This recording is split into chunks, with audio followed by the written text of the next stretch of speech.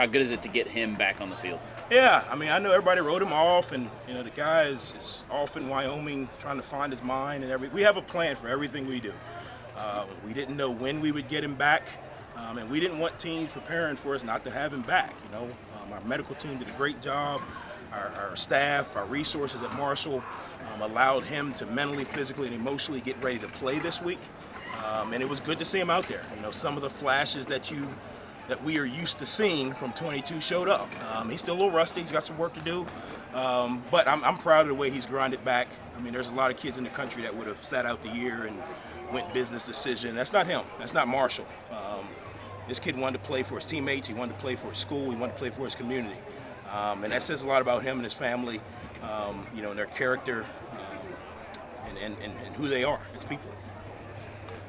Coach, if you could just talk about this game. You mentioned it there a moment ago. It's a grind, and these games are grinds. But when you have weapons such as you do, it certainly bodes well for what you can do in a contest like this. Yeah, I mean, when you get to the back half of the season, man, I mean, it's a grit and grind with everything. And I think our guys have found a way to scratch and claw, and we're to the back half of our roster, and guys are having to step up.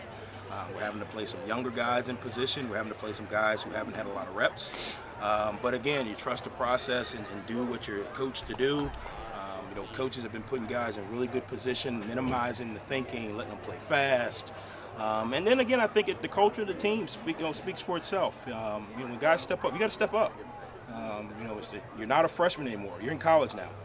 You're a college football player. We're not going to put anything more on you than you need, but you got to step up and make some plays. You got to step up and understand the game plan and situations and details and fundamentals and technique, all of those things. And we got a lot to clean up, don't get me wrong, but I think what you're starting to see is consistency in all three phases, and that's what we need to finish out the season the right way. It's always fun when you see new names pop into the equation. For you. For you it is. For me, I don't know what he's going to do. But again, I think, when you start, our process allows us to do some things in practice and preparation to make sure we get quality reps, from the back half of our roster. And I think it showed up, last week, this week, some guys whose names didn't pop up. And we're at the point in the season, everybody is, right? You got bumps and bruises.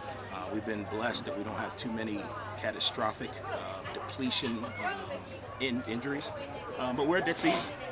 We're at that point in the season. I told them, you got the rest of your life to be sore. You got the rest of your life to, have a bruise. But these seniors, we guaranteed ourselves one more weekend with these guys, and that's important for your overall development of your program, for the brand, for the Marshall fans. Getting that extra postseason game is important, and our guys they made a commitment that they wanted to make sure that we got selected, and they did that today. When you look at that last drive, 10 and a half minutes off the clock, 18 plays, that kind of ball control is, making sure you finish out a game strong. Yeah, you got to be able to take the air out of the ball.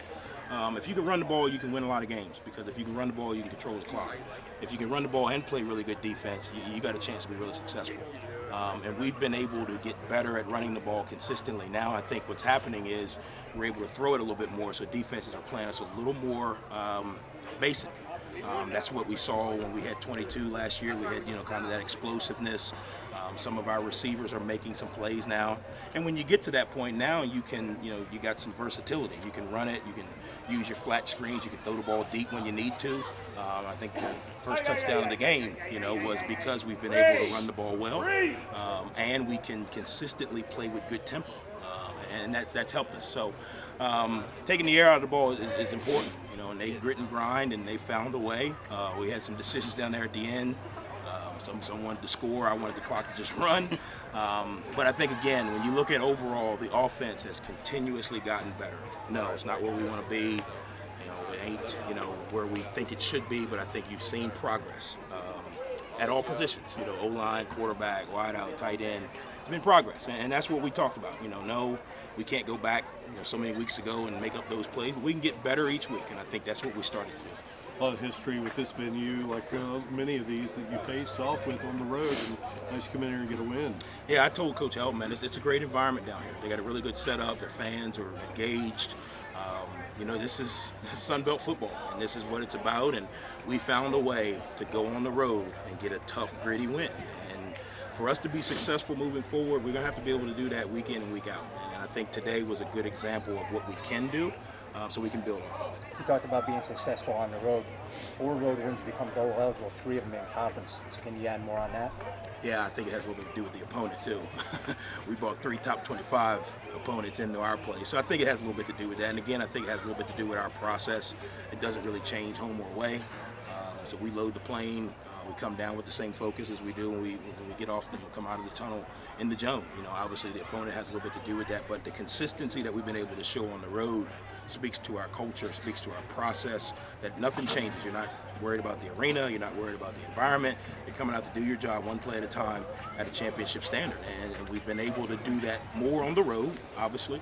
We got to figure out a way to continue to do that at home.